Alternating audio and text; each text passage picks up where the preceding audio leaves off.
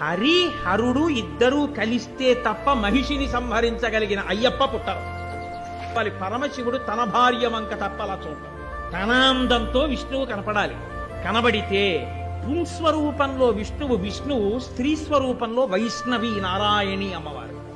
విష్ణువు ఆడదానిగా కనపడితే పరమశివుని యొక్క తేజస్సు కదిలితే వీళ్ళిద్దరికీ కలిపి ధర్మశాస్త్ర అయినటువంటి అయ్యప్ప స్వామి జన్మిస్తే